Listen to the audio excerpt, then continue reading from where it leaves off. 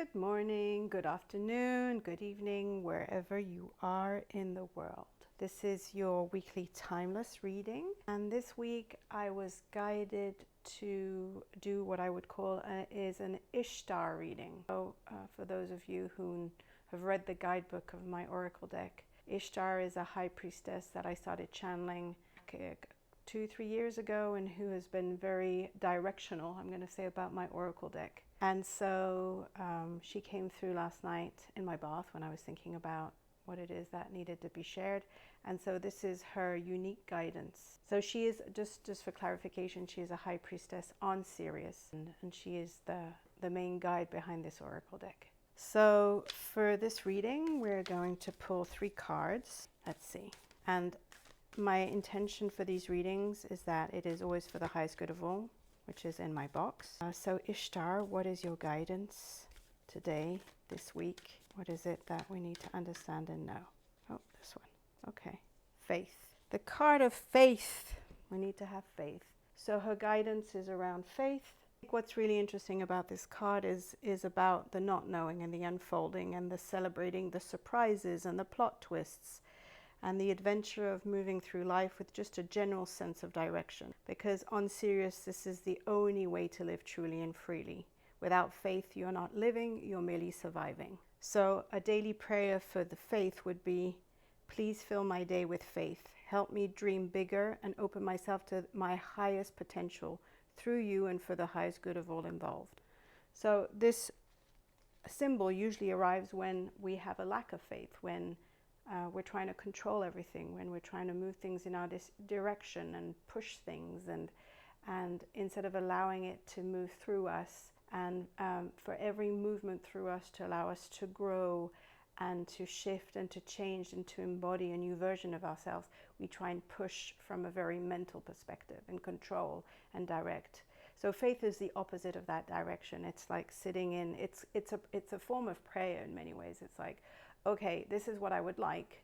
I don't know how I'm going to get there, but I'm allowing you, I'm becoming a channel for my desire, and I'm going to let spirit move through me and bring it to me and put it in motion for me. So it's actually a card of surrender, and it's also a card of not knowing. So it's also a card of trust. And it's a challenging card for a lot of us because we're so used to trying to push through everything that we want. So her guidance this week is to surrender, trust, and allow faith to guide you and be your guiding principle. Even if you don't have a clue how things are going to work out, it's going to be okay. And to trust that you're always guided and that the universe is working in your favor. Okay, so the second card I'm going to pull is what I'm going to call a loop. It's the loop card. What keeps us in a loop? And it has something to do with faith, of course. But what is it that we need to understand? What is looping in us that we need to understand? So I'm going to take this one here. It's about peace. So we're looping about peace. Okay, so this is the card of peace, for those of you who haven't seen it, peace. And what I'm going to say about this card is, when we're used to having a very stressed nervous system, when our nervous system is out of whack, peace is actually very boring. I know when I work with my clients and things start calming down, you produce less of the adrenaline and all the stress hormones, life becomes really boring because there's no drama. And so the loop is this constant search for drama and for something to happen and for life to happen and for excitement. And so we're looking for those huge emotions and those huge experiences which actually keep us in a loop, because where we really become magnetic is when we're in this state of peace, because we can open and hear and receive. You know, channeling, I often get asked what channeling is, and channeling is this ability to be very focused and relaxed at the same time and be able to hear. Because if you have all this adrenaline, if you're producing all these stress hormones, your body cannot hear. Your body just can't even be open. It can't be receptive to what is happening in the environment around it. It can't even see opportunities, because you're telling your body literally that you're being chased by a tiger and that you need to get the fuck out of there. So this is why this stress loop goes against peace. And it's also because you perceive peace as boring. this state of nothing, this state of calm, this state of, that's very nourishing and very healing for the body, is actually experienced generally by everybody as a state of absolute and total boredom. We love the stress and the feeling it gives us when we're stressed. So that's what's keeping you in a loop, and it's also what's preventing you from being in faith, you know, and living a life based on faith. And faith is not religious, right? Faith is this deep trust in that the universe has your back and that everything is working in your favor, and also not knowing what's going to happen. You know, part of the fun is, okay, how is the universe going to surprise me? What is it going to bring to me that's going to knock me off my toes, or I don't know what the expression is, going to knock me off my feet, because, you know, I have so much faith that I'm being taken care of. So the third card in this reading is what I would call the karma transmuter card. Like, what is going to transmute this karma, this loop, this wanting to stay in a loop? A lot of people thrive off this stress loop, you know, and would prefer not to have this peace, you know, because this peace isn't very entertaining. I think that would be one way of saying it. We're so used to being entertained all the time that the peace is very boring. Ooh, so let me show you the card. So what is going to transmute karma is this card of accountability. Now in my deck, accountability is the card of power. It is, if you want to look for a card of power, I don't have a power card, because accountability for me is all about power. It's about owning your shit, owning who you are, and owning what you bring into your life. And I think accountability is also about growing up. You know, it's the opposite of the victim card. It's one of the third sacred pillars of Sirius too. And it serves as the foundation for faith and loyalty. And it's regarded as one of the highest virtues that's nurtured in the younglings from a very young age. And I keep saying this is the card of power, because when you take responsibility for your choices and actions, you have the ability to move mountains. So this what would transmute karma, what would transmute the stress loop and seeing peace as boredom, and really allow faith to come in a big way, would be, you know, taking responsibility for your actions. You know, there's a part of your life which you allow to direct you, which keeps you in a victim mode. Look at that. Where are you still playing the victim? Where are you not being accountable? Where are you not taking control of your life?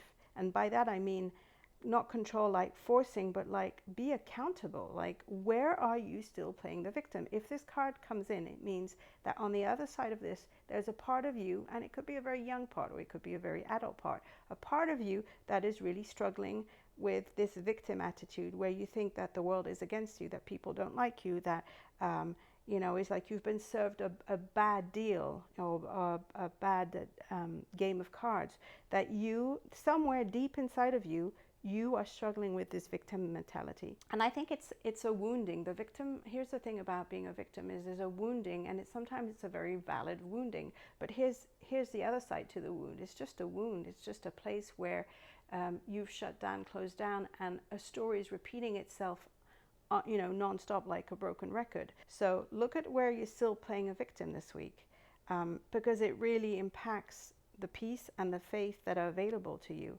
Like, you know, what would it feel to not have that victim record playing on and on and on and on? You know, and identify where it is in your life. You know, is it your love relationships, your friendships? Is it your work? Is it your lack of work? Is it, I don't know, there's so many different ways that we could look at this. Is it your health? But deep down under accountability, and, you know, it's the karmic transmuter. So once you get this, it's like, okay, well, I don't want to listen to this part of me anymore. I'm going to give it space. I'm going to let it express itself, and I'm going to start rewiring it. I'm going to start feeding it a whole new story. I'm going to give this part of me the opportunity to mature and grow up and show that it was just one moment in time, and it's no longer valid right here, right now. So that would be your homework, because, as I say, it's the transmuter, it's the karmic transmuter, and it will allow peace to come back. Like, I feel like as soon as this victim record goes on, there goes the stress loop, and there goes your faith, and the two are completely connected. You know, one of my coaches, one of my teachers says, you know, who do you need to become to be able to have this wish, right? Well, in a way, it's like this victim part needs to transform into who you need to become to be able to have those wishes come true. Like, you know, if you're having health issues, if your life isn't going the way you want on some level, like, who do you need to become to have absolute truth and faith in trust and faith, sorry, in the universe, and knowing that you are loved and supported by the universe? You know, what beliefs do you really need to look at and let go? And a really easy way to do this is by having subliminal messages. The other thing is the accountability piece here that's connected to the stress loop is stop watching random stuff that just fills your cup with so much toxic energy and frequency. The social media, the bad news, all the stuff.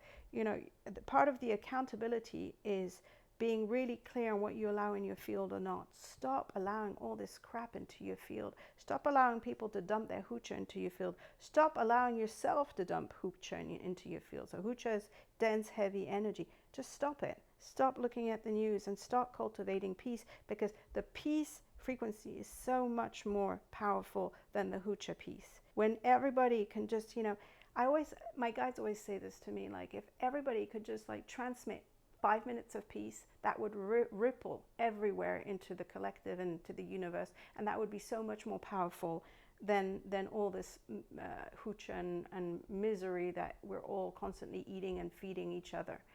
So that's also the accountability piece. Your accountability, your soul is also not only needing it for its own well-being, but it's also needing it because it's part of the collective.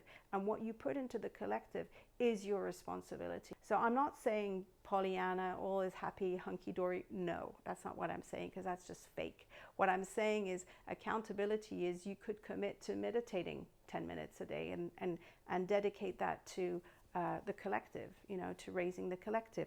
You could get off social media and stop just consuming all this shit that fills up your energy fields and then doesn't give you access to who you are and to all the amazing stuff that's wanting to come in from you. I say a lot of the time, all that those stress hormones prevents you from seeing, hearing, or even just being aware of all the amazing opportunities that are wanting to come in for you. So, you know, that's also the accountability piece, is like, you need to be accountable for what you bring into your field and then what you share with others, because whatever you bring into your field is then percolating both in the collective, but then every time you meet somebody, your auras touch, and that's what you're broadcasting to the world. So I'm actually a really big one about energetic hygiene. I think you always need to know where you are in your process, and you always need to be accountable for what you put into the collective. Okay, and the frequency we are being asked to wear this week is the accountability frequency, which I'm showing you here: 132, 84, 97, 95, 65, 82. So this is the accountability frequency, which I think we all need to wear. There's always a place, I think, a shadow, a corner of a psyche that likes to be a little bit of a victim, and it's just the opportunity this week to just really be mindful about that part of us and to give it another. This week is the opportunity to give that part of ourselves some dusting off, and, you know, and thinking about who you need to become and what beliefs you would need to have to really step into the part of you that's wanting to surface here with the faith card. You know, whatever your dreams are, whatever you're trying to manifest or materialize right now, it's encapsulated in this faith card. And so it's let's look at where you're not being accountable this week, and let's bring back this peace, not as something boring, but as something that's nourishing to the body, to the energy systems, to the soul, and to the collective as a large. One final thing. So this week, as you can see, we have the Ankh, and then we have a star and a heart. You know, this is the earth, this is the cosmos for me, and the Ankh is like the bridge in between, because it represents, you know, the unity between feminine and masculine, which is my big jam. But the spritzer I chose this week is the white dragon, and I did before I opened the space, I did use it, but I wanted to just bring the energy of the white dragon into the space for this week. It's about the light of the moonlight, and it reflects who you really are. So it brings light and in clarification in the places that are dark, which is what we like. And it also represents like the light at the end of the tunnel. So that makes me think that this piece, if you get this piece, if you're conscious and you do the work this week, well, it's like it's going to, because accountability is a transmuter of karma, you're going to make maybe kind of a big leap by the time this week ends. And it'll be interesting to see what shows up in this month's reading too, to complement that, and what frequency is needing to be anchored by all of us. So the frequency anchored is the accountability frequency this week. And so remember, just wear it on the left side of your body. You can put it in your back pocket, in your bra, on your phone. I mean, just look at it, have it around you. Just by wearing it, you're broadcasting it. And that's what we all need, to be broadcasting all these beautiful energies around us. Have a beautiful week, and sending you many blessings.